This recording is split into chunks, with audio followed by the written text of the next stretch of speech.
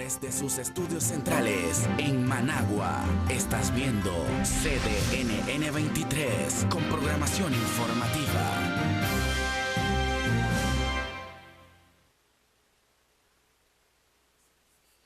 Nuestro siguiente programa: temas y debates. CDNN 23.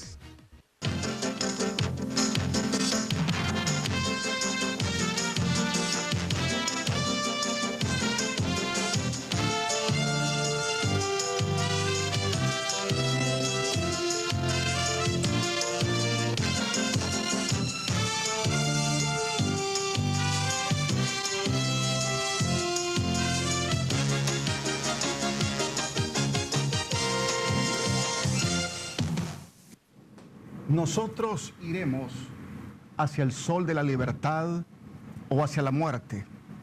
Y si morimos, nuestra causa seguirá viviendo. Otros no seguirán. Augusto César Sandino. Buenas noches, amigos y amigas. Gracias por estar con nosotros. Esta es una noche y un programa muy, pero muy especial. Nuestro amigo y hermano Eliezer mora a última hora por razones ajenas a su voluntad. No podrá estar conduciendo este programa. Y entonces hemos decidido, entre nuestro invitado especial y yo, hacer un conversatorio esta noche. Porque estaremos hablando de un hombre que es realmente la expresión máxima de lo que es el patriotismo, de lo que es esa visión de un hombre profético, visionario. Augusto César Sandino. Y hoy estaremos conversando, no me atrevo a decir que estaré entrevistando, sino que estaremos conversando. Este es un conversatorio con Walter Castillo Sandino, nieto del general de hombres y mujeres libres. Con él estaremos conversando esta noche y vamos a estar enfocándonos mucho en el tema de la dimensión espiritual de Augusto César Sandino.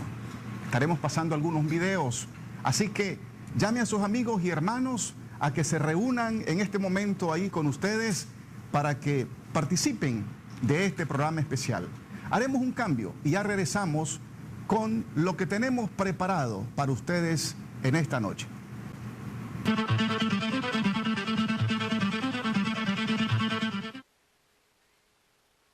Por continuar con nosotros en este programa especial que estaremos conversando sobre la vida y pensamiento del general de hombres y mujeres libres, Augusto César Sandino, con su nieto, Walter Castillo Sandino, a quien presentamos. Y como decía que no es una entrevista, Walter, quiero que te sientas en la libertad también de conducir, ¿verdad?, parte de este programa, y por eso le dejamos los micrófonos de este programa. Muchas gracias, reverendo. Bueno, para mí en realidad es un honor estar aquí con usted. No me imaginaba, pensaba ver a Eliezer aquí con nosotros, pero como decía mi abuelo, nada en esta vida es producto de la coincidencia ni de la casualidad. Y el hecho de que esté aquí hoy con nosotros un reverendo, un hombre conocedor de la palabra, para que comentemos esta parte que todavía es una faceta muy desconocida de mi abuelo. Sí. Que es la parte espiritual, y que para mí y para nuestra familia es la esencia de Sandino. Sí. Eso yo creo que es muy importante que lo hablemos hoy, que lo comentemos, que lo demostremos con imágenes. Claro que sí. Y bueno, vamos a comenzar con un pequeño trabajo que hicimos, una edición que hicimos en la familia, con música, y que hemos preparado para compartirlo con los televidentes. Perfecto, entonces a continuación dejamos este video especial, inédito, que por primera vez se presenta en televisión para todos nuestros hermanos y amigos televidentes. Adelante, controles. ¡Viva el ejército defensor de la soberanía nacional!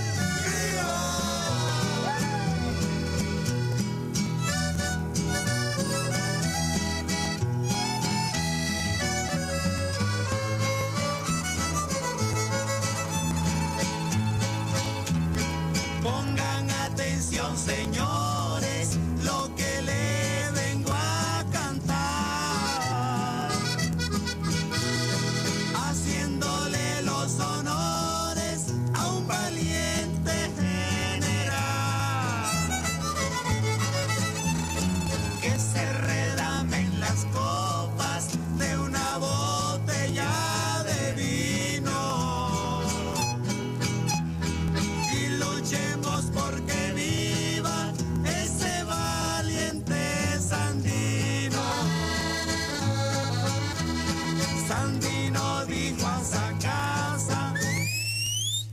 anda, vete para tu casa, que si vos le tenés miedo, para mí son calabazas.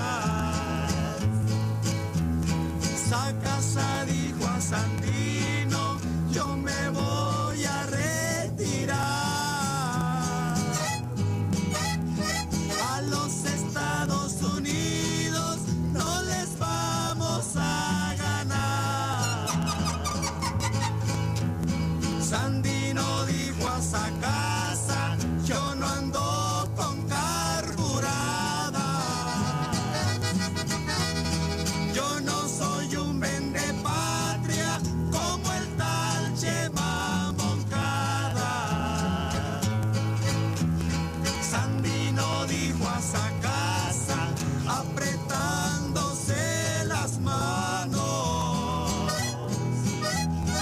a 10 centavos le vendo cabeza de americano. ¡Échale, compita! ¡Viva el pequeño ejército loco! ¡Viva!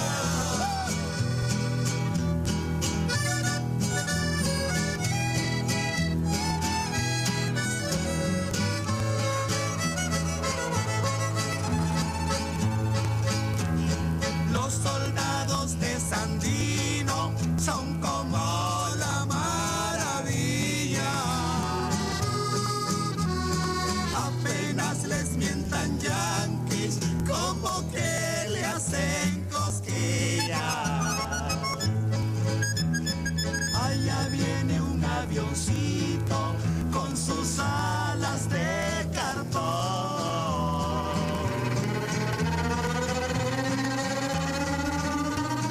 ¡Se fueron duro!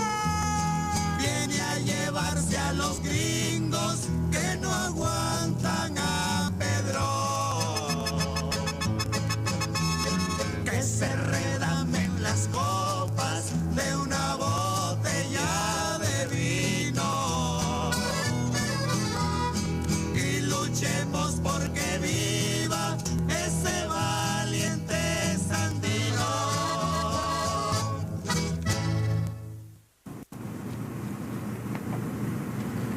Gracias, amigos. Estamos en este programa especial en que estamos conversando con Walter Sandino, nieto del general Augusto César Sandino. Y antes que entráramos al aire, compartía con él y le comentaba, y ahora lo hacemos acá en el estudio, que uno de los documentos de los cuales yo he leído, que me ha impactado mucho y lo asumí y me apropié de él y siempre lo estoy releyendo, es el manifiesto Luz y Verdad. Porque creo que en este manifiesto hay una expresión de esa esencia y de esa dimensión espiritual, donde hay una faceta, yo diría, profética de Sandino. Y ahora yo me encontré en la Biblia con un pasaje escrito por San Pablo, donde hay cierta coincidencia en cuanto al enfoque de las cosas. Augusto César Sandino, el 15 de febrero de 1931, escribió este manifiesto y en una de sus partes dice: pues bien, hermanos, lo que existió en el universo antes de las cosas que se pueden ver o tocar fue el éter, como sustancia única y primera de la naturaleza.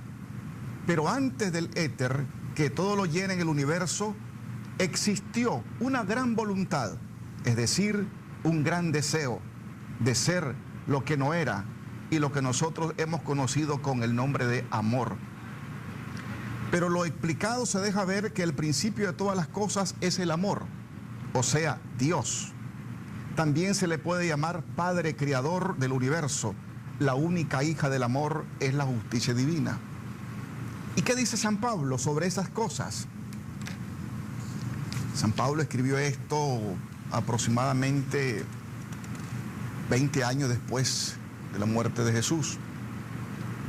Él es la imagen del Dios invisible, el primogénito de toda la creación, porque en él fueron creados todas las cosas, los que hay en los cielos y lo que hay en la tierra, visibles e invisibles, y él es antes de todas las cosas, y de todas las cosas por él subsisten. Colosenses 1:15. Si hacemos un análisis exegético de ambos textos, vamos a encontrar profundas coincidencias entre la visión de lo que es el cosmos y del Señor de ese cosmos, del universo. Lo que dice Sandino, lo que dice San Pablo, culminan ambos en decir que el dueño y Señor de todo es Dios. Que aquí Sandino dice, Dios es amor. Y la Biblia en diferentes lugares también reafirma, Dios es amor. Cuando nos preguntan qué es Dios, y algunos quieren filosofar sobre el término de Dios y su origen, la respuesta es sencilla: Dios es amor, y la expresión del amor es justicia. Usted que ha investigado con profundo amor este tema, ¿cuál es esa dimensión que vemos aquí con pequeños rasgos de esa dimensión espiritual de Sandino? ¿Cómo surge esa dimensión a partir de la enseñanza, a partir de la experiencia, a partir de un encuentro real con Jesucristo? ¿Cómo usted lo interpretaría, esa dimensión? Solo miremos el inicio de este manifiesto. ¿Cómo comienza este manifiesto? Cuando él, porque así, como él escribió, me imagino que así él se dirigía a la tropa. Cuando él le dice, impulsión divina es la que anima y protege a nuestro ejército. Desde sus principios hasta el final. Y ese mismo impulso que pide justicia y que en diferentes partes del mundo se conoce con varios nombres, nosotros podemos interpretar Alá, Buda, Jehová, etcétera, etcétera. En Nicaragua la hemos conocido con un solo nombre y es Dios. Y así dice Sandino, nosotros lo conocemos como Dios. Y lo pone con mayúsculas inclusive. Sí. Pero bueno, si vamos más allá y vemos algunas imágenes, por ejemplo, yo le voy a hacer otra interpretación de lo que mi abuelo consideraba que era realmente lo que estaba sucediendo aquí en Nicaragua. Para mi abuelo, este era el sello oficial del ejército. ¿Qué vemos ahí, reverendo? Vemos a un campesino nicaragüense cortándole la cabeza a un marín yanqui, ¿verdad? Eso es lo que nos han dicho siempre. Pero ¿usted también no ve una similitud con San Miguel Arcángel cortándole la cabeza al diablo? Sí, hay una semblanza, hay una similitud. Pero es que mi abuelo lo dijo en varias ocasiones, que lo que sucedía en Nicaragua no era más que la lucha, era una lucha entre el bien y el mal. El mal que estaba representado por las tropas interventoras yanquis en nuestro país. Correcto.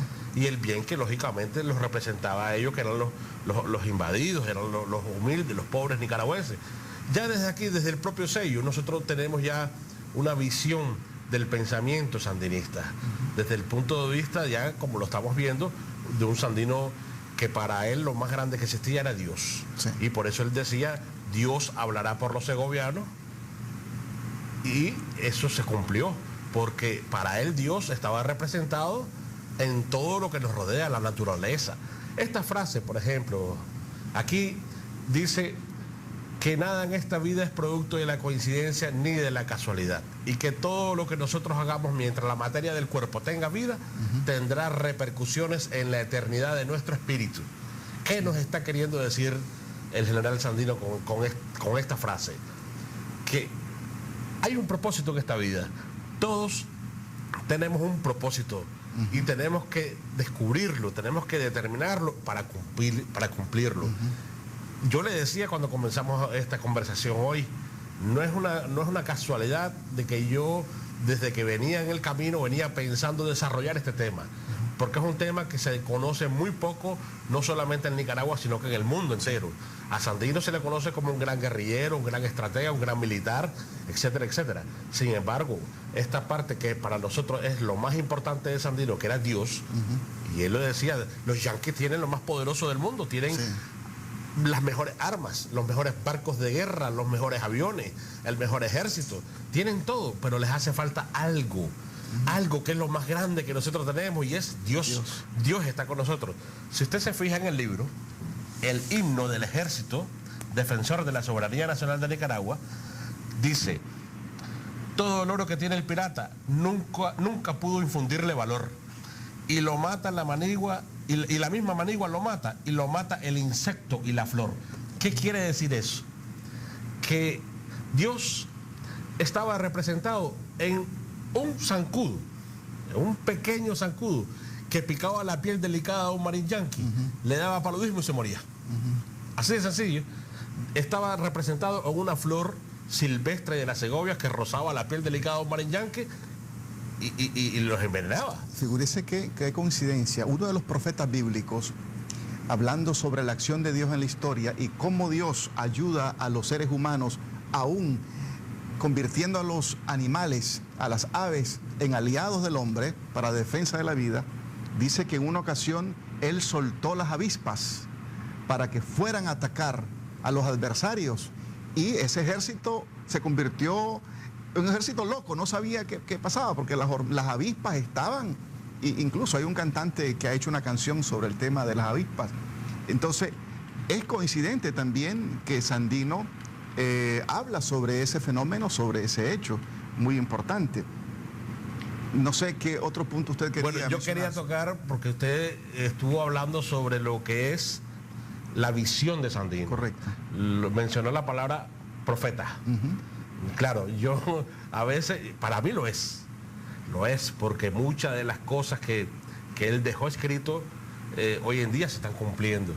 Aquí mucho se habla del desempeño de Sandino una vez que triunfó o venció a la intervención norteamericana en nuestro país, que los obligó a retirarse. Y inmediatamente él se fue para las montañas, a las riberas del río Coco, en Wiwili, a formar las cooperativas. Cooperativas que aquí hay algún dilema, porque en realidad son comunas. Pero él, por alguna razón, le puso cooperativa Río Coco. Pero son comunas de acuerdo a la filosofía que él practicaba. Mire, yo tengo que ser verdadero con usted y con nuestros queridos televidentes. Sandino, él, como le dije, lo más grande que existía para él era Dios. Era el Padre creador del universo. Pero Sandino no creía en las religiones. Eso sí, yo se lo puedo asegurar, porque él no podía, por ejemplo, entender cómo era posible que un cura le diera la bendición a las tropas norteamericanas. A las armas. A las armas, que venían a matar a su propio pueblo. Eso, hasta ahí yo lo entiendo correctamente, claro. Rechazaba la religión, pero era creyente en Dios. Claro, él lo que rechazaba en todo caso era la intermediación. Las mediaciones religiosas. Es correcto. ¿Qué es lo que sucede? Que el pensamiento de Sandino, desde el punto de vista, digamos, filosófico, se enmarcaba en algo que era como un credo abierto, donde todos fuéramos como hermanos. Una visión ecuménica de la fe. Bueno, usted sabe más que yo. Yo le estoy diciendo los documentos que yo he visto. El documento, por ejemplo, que dice que la escuela que él estaba formando en Wiwili tenía como propósito la creación de la comuna. Y que todos viviéramos como hermanos, donde no existiera la explotación del hombre por el hombre, y donde no existieran las fronteras, para que fuéramos como un solo país, una sola nación, una sola bandera. En otras palabras, él estaba hablando de algo muy parecido a lo que es hoy en día el ALBA. Fíjense que hay gran similitud con eso. En ese mismo documento, más adelante, el general dice: vosotros presentís una fuerza superior a todas las fuerzas del universo, y que esa fuerza es la que recibe muchos nombres. Correcto. Y que nosotros la hemos conocido con el nombre de Dios. Pero él, en ese momento, en el año 31, estaba viviendo un momento en Nicaragua y en el mundo donde se hablaba del fin del mundo en el año 2000. Y dice él con estas palabras. Lo leo. Léalo. Acá: muchas veces habréis oído hablar de un juicio final del mundo. Correcto. Por juicio final del mundo se debe comprender la destrucción de la injusticia sobre la tierra y reinar el espíritu de luz y verdad, o sea, el amor. También habréis oído decir que en este siglo XX, o sea, el siglo de las luces, es la época de que estaba profetizado el juicio final del mundo. Pues bien, hermanos, el siglo en cuestión se compone de 100 años y ya vamos corriendo sobre los primeros 31, lo que quiere decir que esa hecatombe anunciada deberá de quedar definida en los últimos 69 años que faltan. Y agrega, no es cierto que San Vicente tenga que venir a tocar trompeta.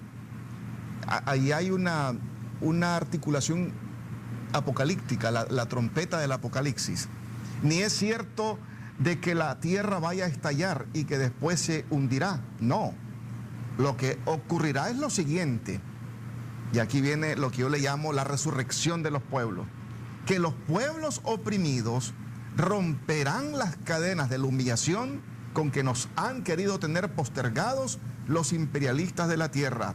Las trompetas que se oirán van a ser los clarines de guerra, entonando los himnos de la libertad de los pueblos oprimidos contra la injusticia de los opresores. Para mí eso es una profecía. Sí, claro. Porque en 1931, cuando él todavía estaba peleando contra el ejército más poderoso del mundo, es más, ellos ni sabían que lo iban a vencer en el 33, porque estaban en plena guerra. Y él ya está diciendo, ¿saben, hermanos? Es falso que en el año 2000 el mundo va a llegar al fin. ¿Saben lo que va a suceder? Que los pueblos oprimidos romperán las cadenas de la humillación con que nos han querido tener postergados los imperialistas de la tierra. Él está anunciando las revoluciones. Él, cuando está diciendo que los pueblos oprimidos romperán las cadenas de la humillación, ¿qué es? Que los pueblos se rebelan y hacen las revoluciones. Él está visualizando la revolución de Cuba en el 59, la revolución de Nicaragua en el 79, todo este proceso que se ve hoy en día en Bolivia, en Venezuela, en Uruguay, en Ecuador, todo este proceso de rebeldía de los pueblos que rompen sus cadenas de la humillación contra el imperio. Eso es la visión de Sandino. Y yo creo que todavía no se ha podido interpretar correctamente el pensamiento de Sandino. Cuando él decía, en la carta que le escribe el presidente norteamericano en marzo de 1929 a Mr. Hoover, que le dice, oh, dólar maldito, tú que carcomes los cimientos de la economía norteamericana, tú serás la causa de su derrumbamiento. En 1929 estar vaticinando que el dólar, precisamente por estar fabricando papelitos y papelitos y papelitos sin ningún respaldo realmente de oro, de valor, es lo que los está llevando ahora a la gran crisis que tienen internacionalmente. Eso lo dijo Sandino en el 29. Y así sucesivamente, si nosotros nos ponemos a estudiar a Sandino desde esta óptica de su pensamiento elevado, ya filosófico, se está cumpliendo. El plan de realización del supremo sueño de Bolívar, ¿qué fue lo que vimos nosotros el sábado? Sí. No fue el anuncio del canal por Nicaragua. Ese no fue el sueño de Bolívar, no fue el sueño de Sandino. No es algo que se está cumpliendo. Yo creo que todos los días nosotros vamos viendo nuevas tareas, nuevas oportunidades que se está dando en nuestro país, que Sandino las anunció en su momento. Y por supuesto, en Sandino se cumple uno de los mensajes de Jesús cuando le dice al Padre, te alabo, Padre, porque escogiste a los humildes de la tierra para avergonzar a los poderosos y altaneros. Yo me he preguntado, cuando voy a Niquinomo y me quedo hoy frente a la casa donde nació Sandino, y me gustaría que este punto usted lo abordara después del cambio que vamos a hacer. Un hombre humilde, un niño que anduvo por estas calles descalzos, con muchas limitaciones en su niñez, que enfrentó la vida con hidalguía desde niño, que incluso presenció la muerte del general Benjamín Celedón a los 17 años. ¿Cómo es posible que este hombre después se convierta realmente en un genio? Porque para mí Sandino es un genio.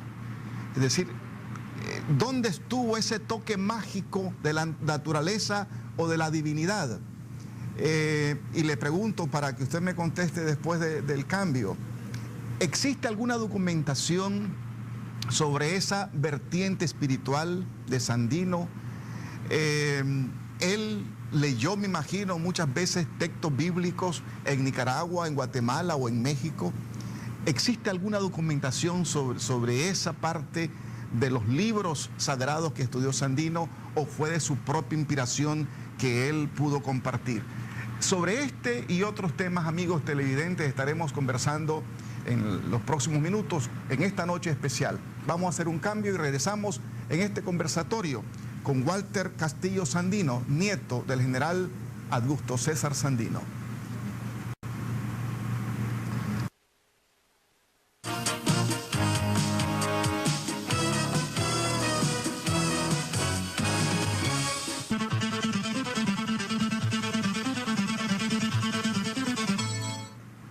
Gracias, amigos y amigas.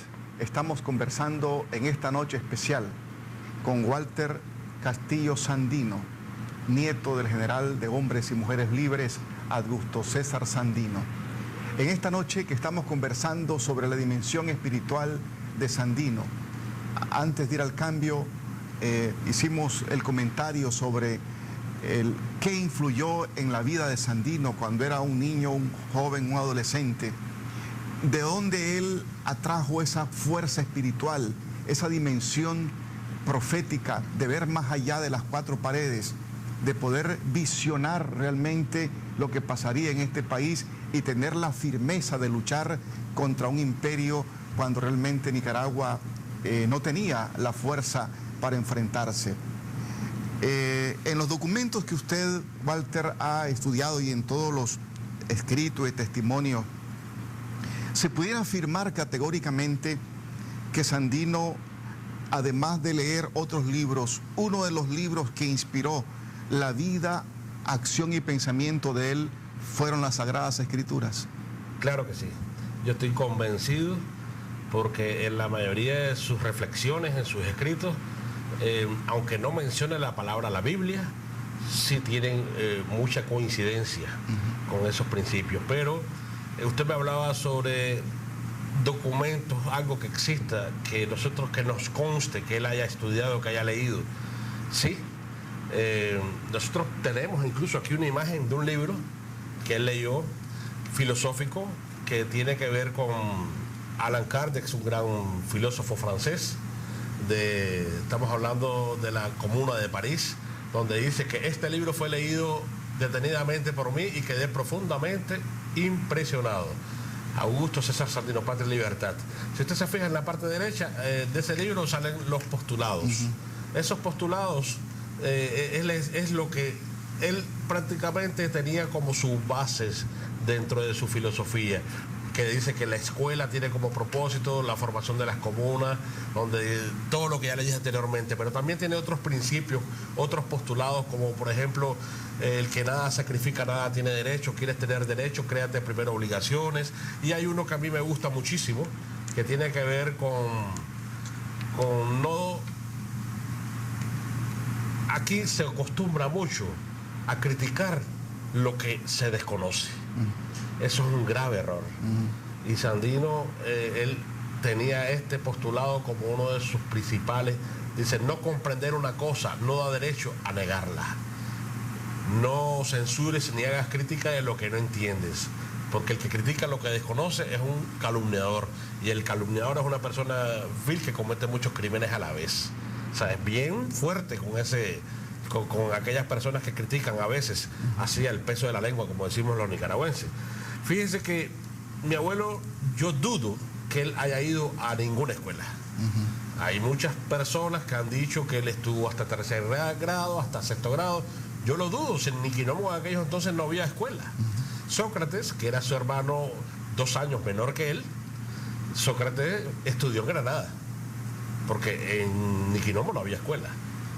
No creo, o sea, simplemente no creo. Sí sé que doña América, la esposa de don Gregorio, le enseñó las primeras palabras, pero él fue un hombre autodidacta, un hombre que leyó mucho, leyó a Bolívar, leyó a Napoleón, él mismo lo dice, que él no pudo terminar el libro de Napoleón porque no le gustó la forma en que estaba leyendo la historia de Napoleón, y que la de Bolívar hasta lo hizo llorar. Y tengo otras cartas y otras correspondencias donde él lee otros tipos de libros. Él en realidad se nutrió de mucha literatura, pero estoy seguro que la base de él era la Biblia. De eso a mí no me cabe la menor duda, por muchas anécdotas que nosotros hemos tenido en nuestra familia, en la forma en que él se expresaba. Incluso él bautizó a mi madre. Eso hay que entenderlo, que o era muy respetuoso, ¿no? Pero era una persona también que creía mucho en el más allá, fíjense. Mi abuelo, él estaba convencido de otra vida. Él cuando le hablaba a su tropa, solo imagínense, un hombre pequeño, desnutrido, de rasgos indígenas, ¿qué tenía que tener para poder convencer a unos hombres como Pedrón, por ejemplo, a Miguel Ángel Ortega, a Francisco Estrada, a 7.000 hombres descalzos, hambrientos, mal armados, y que estuvieron dispuestos a dar su vida, lo más preciado que tiene un ser humano, por la libertad, por la patria? ¿Qué tenía que tener una fuerza de convencimiento? Que lógicamente esto tiene que ver mucho con el ejemplo, ¿no? El ejemplo que él daba. Él era una persona que decía lo que pensaba y hacía lo que decía. O sea, consecuente. O sea, era coherente y consecuente con el pensamiento y la acción. Ahora, yo creo de que la Biblia es un libro que inspira y transforma, pero algo tuvo que haber pasado en la vida de este gran héroe. Algo tuvo que haber impactado. Siempre en la vida de todos nosotros, Walter, hay un antes y un después. Siempre. Si uno dice, bueno, antes de esto mi vida era así y después hubo un cambio en todos los niveles. Cuando vemos a Sandino como un niño de 9 años, 10 años, me imagino que la dura realidad que él experimentó y contemplar las atrocidades que hacía el ejército norteamericano, el asesinato de Benjamín Celedón y toda esa situación que pasó, me imagino que toda esta realidad lo tuvo que haber impactado, y a lo mejor en su soledad de niño, él tuvo visiones y tuvo acercamiento con esa dimensión espiritual donde Dios trata con el hombre de manera directa, porque Dios actúa en la historia. Y cuando hablamos de la salvación de la historia, Dios trata con los hombres de manera directa. Por ejemplo, una de las grandes revoluciones de la humanidad, como fue el Éxodo, Dios trata directamente con Moisés. ¿Sí? Moisés no surgió de la nada, sino que tuvo un encuentro con Yahvé en esa zarza ardiendo para que fuera a liberar a su pueblo. Yo me imagino que Bolívar tuvo un contacto también con esa fuerza de Dios. Martí, Sandino, yo no tengo duda que Dios tuvo que tratar con él en un momento de la historia que tal vez eso no quedó evidenciado en ningún instrumento, en ningún documento, pero Dios tuvo que haber marcado la vida de Sandino y a lo mejor le haber dicho como Moisés, a vos te toca, Sandino, liberar a tu pueblo. Sí, tuvo que haber un llamado.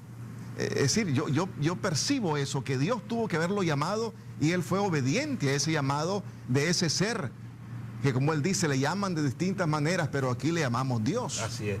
Mire, yo casi estoy seguro que eso es cierto. Si usted se pone a pensar, Sandino solo vivió 38 años. Sí, joven. O sea, no llegó a cumplir los 39 años. Y su vida, digamos, su accionar que lo inmortalizó fueron de 6 años, 6, 7 años máximo. Sí, poco tiempo.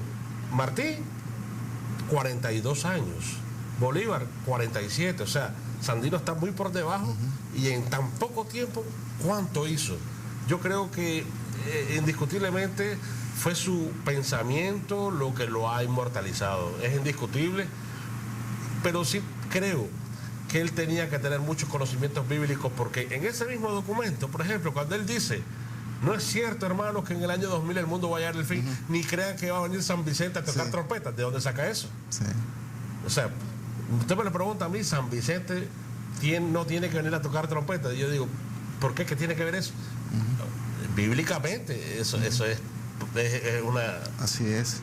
Entonces, y cuando él, en muchos documentos de él, siempre menciona a Dios. O sea, para él era el padre creador del universo, era lo más grande, era la fuerza más grande que él poseía. ¿Tuvo o no tuvo un encuentro cercano con Dios?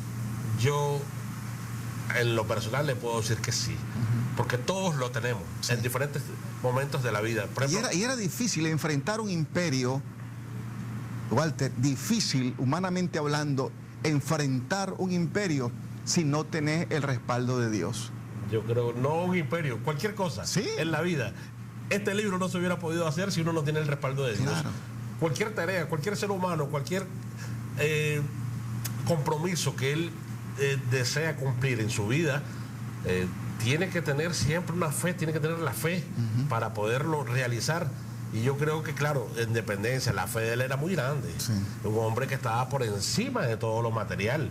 Mire, él pudo quedarse millonario. A él le ofrecieron, ¿qué le ofrecieron a mi abuelo?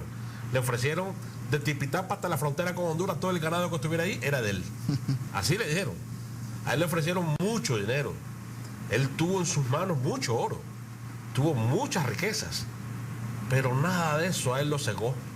No le importó nada material. Para él lo más importante que existía era precisamente lo espiritual. Y este pensamiento, mi mayor honra es surgir del seno de los oprimidos, que son el alma y nervio de la raza. Walter, el tiempo se nos está yendo, pero me gustaría que usted en unos minutos pudiera dar sus últimas reflexiones.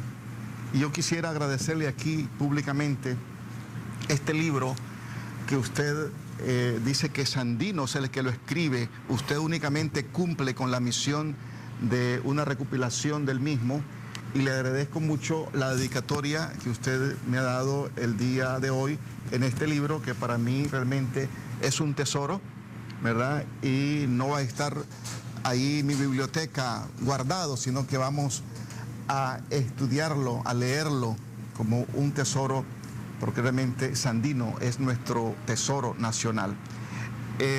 ¿Algún pensamiento, alguna frase que usted quiere que los televidentes se queden con ese pensamiento de Sandino? Yo no sé cómo es que se llama. Puede ser axioma, la palabra. En él estaba la vida, y la vida es la luz de los pueblos. Eso es algo de él. Sí. Eso es un axioma de él. Y eso es cierto. Que está en la Biblia. Está en la Biblia. En él estaba la vida, y la vida era la luz de los hombres, dice Jesucristo. Bueno, imagínense. Hablando Juan de Jesucristo. Mire, yo le voy a pedir mil disculpas. Yo también, igual que todos los seres humanos, estamos siempre aprendiendo día a día, incluso, para serle honesto, por mi educación desde muy pequeño, que yo me crié en otros países, no tenía el conocimiento realmente de la existencia de un Dios. Y fue hasta hace muy poco, que yo he venido a conocer más, y a través del estudio de mi abuelo es que yo he conocido y estoy convencido de la existencia de un Dios. Fíjense que es triste decir eso, pero es la verdad. Y entonces hay muchas cosas que yo, a través de este libro y del que estoy escribiendo, que es el segundo, porque aquí cuando se dice, por ejemplo, que este libro no es mío, que este libro es de Sandino, es por la sencilla razón que el prólogo de este libro, quien lo escribe realmente es Sandino. Aquí a cámara. Okay. Si puede enfocar aquí, por favor. Mire, este es el prólogo, aquí lo dice arriba, el prólogo. Y el nombre del libro, que está más abajo, está por aquí, dice El bandolerismo de Sandino en Nicaragua. Eso está firmado y sellado en la parte de abajo por el propio general Augusto César Sandino. Aquí mire. Entonces, ¿qué es lo que le quiero decir con esto? Que nosotros lo que hemos hecho es darle cumplimiento, y eso, le soy sincero, no somos escritores, no somos historiadores, lo que hemos hecho es un gran esfuerzo por cumplir el loable deseo de nuestro abuelo. Gracias, Walter. Para mí ha sido realmente también un privilegio estar con usted esta noche. No estaba en mi agenda durante el día, pero estaba en los planes de Dios. Gracias, y esperamos que en otra ocasión sigamos conversando sobre este tema. Y a ustedes, amigos televidentes, que el Señor les bendiga, y esperamos que este conversatorio también haya llenado algunas expectativas de ustedes. Gracias, y los esperamos mañana en otra audición similar a esta. Hasta entonces.